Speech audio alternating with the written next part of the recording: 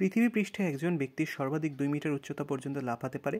অন্য একটি গ্রহের পৃষ্ঠের সর্বাধিক কত উচ্চতা পর্যন্ত লাফাতে পারবে? ওই গ্রহের ঘনত্ব পৃথিবীর ঘনত্বের 1/3 গুণ এবং ওই গ্রহের ব্যাসার্ধ পৃথিবীর ব্যাসার্ধের 1/4 গুণ।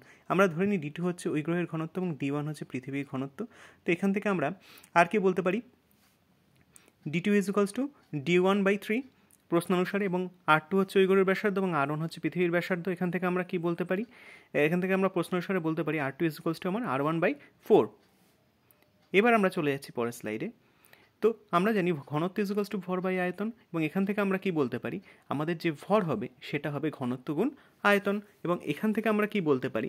যদি আমরা ধরে নিই যে M2 হচ্ছে ওই গ্রহের ভর এবং D2 হচ্ছে ঘনত্ব এবং V2 হচ্ছে তার আয়তন, সেক্ষেত্রে আমরা বলতে পারি M2 = D2 গুণ 4/3 পাই R2³ এবং সেম এইভাবে আমরা এটা কিন্তু বলতে পারি।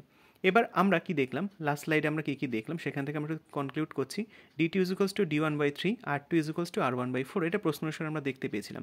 এবং আমরা আরও দুখানা জিনিস দেখতে পেয়েছিলাম, সেটা হচ্ছে M2 = D2 × 4/3 পাই R2³ এবং R1³ এই দুখানা ফরমেশনকে আমরা যদি একসঙ্গে নিয়ে আসি তাহলে আমরা কিন্তু এরকম একটা কিছু ফর্মুলা বানাতে পারি।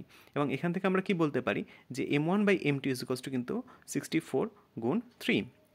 এবং আমরা জানি অভিকর্ষজ ত্বরণ G = Gm/r², এবং G1/G2 এখানে আমরা কি বলছি? G1টা হচ্ছে আমার পৃথিবীর অভিকর্ষজ ত্বরণ এবং G2টা হচ্ছে ওই গ্রহের অভিকর্ষজ ত্বরণ।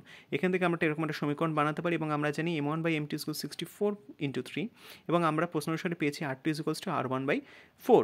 এবার এইগুলোকে যদি আমরা এই ইকুয়েশনে বসাই তাহলে আমরা দেখতে পাচ্ছি G1/G2 = 12।